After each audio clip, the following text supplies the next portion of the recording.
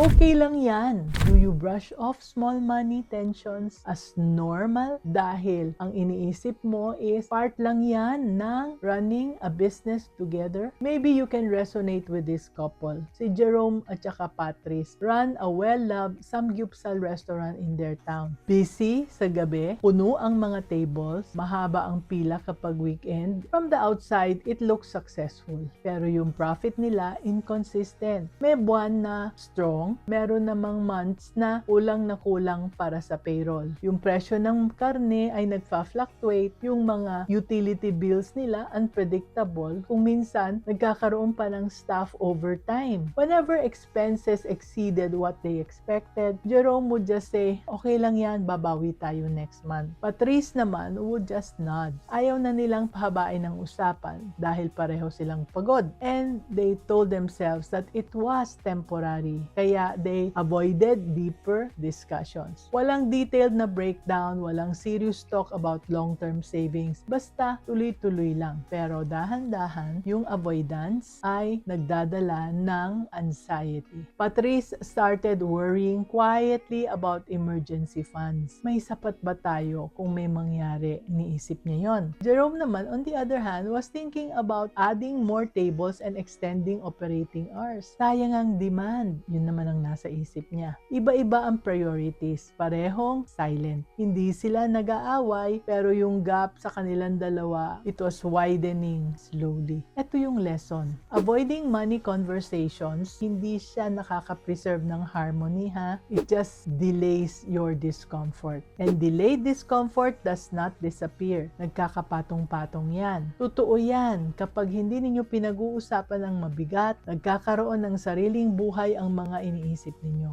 You may think everything is fine, but if money feels heavy, something inside the relationship is already shifting. Anak, financial boundaries are not about control. They are about understanding what belongs where. When business money and personal money blur, emotions slowly attach to every transaction. Hindi na lang sila debit at credit, ay kasamang interpretation. Ang isang simpleng withdrawal becomes, bakit hindi mo sinabi? Ang simpleng reinvestment, mas mahalaga ba ang negosyo kaysa sa atin? Small movements begin to carry bigger meanings. Silence nagiging assumption, and assumption becomes resentment, and resentment changes the tone of how you speak to each other. Hindi naman kayo nag-away, pero may konting lamig, may konting pag-iwas sa usapan. You may think that this is normal, anak. You may tell yourself that all couples go through this, and maybe they do. But if you feel tension you cannot clearly explain, it may not be about the amount of money involved. It may be about the line you never clearly